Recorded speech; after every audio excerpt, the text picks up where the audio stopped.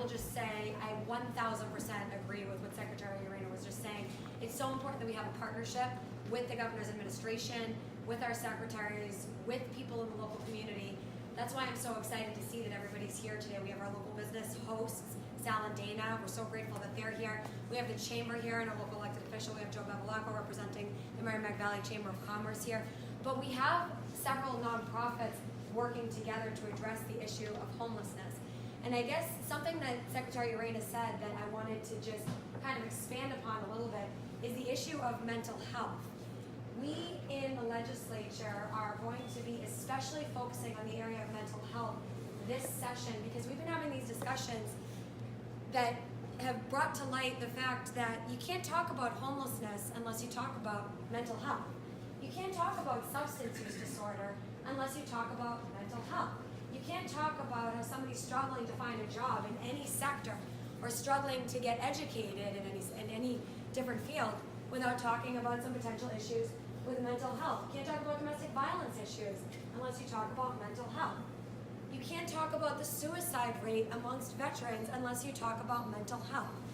So we're starting to have these conversations in the legislature about how the lack of funding in this particular area has caused issues in all of these different areas, in particular as it does relate to our veteran population and those who are active duty as well. And it's incumbent upon us in the legislature to recognize the fact that the suicide rate amongst veterans returning home is higher than that of those killed in the line of duty.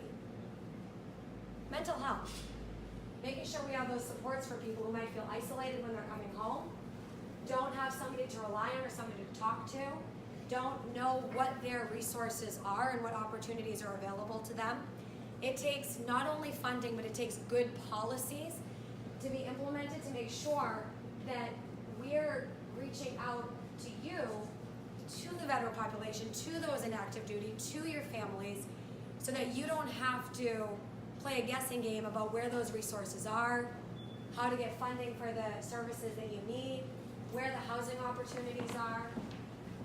It's incumbent upon us to recognize those needs. So that's why I'm so grateful that we have Lena, that we have people like Joe in our community, that we have all the nonprofits and the small business owners coming together to highlight those needs to the state legislature and to the governor's administration so we can join forces, so we can have a partnership with you to make those good policies, make sure we're funding these opportunities and services adequately, and make a real positive, lasting difference. We can't do it without this partnership though, so I just want to say, on behalf of the state senate and the entire local delegation, thank you for all of the things that you continue to do.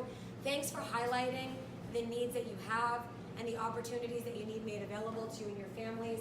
Thanks for that continued partnership. We're so grateful for you. We look forward to working together with you in a continued endeavor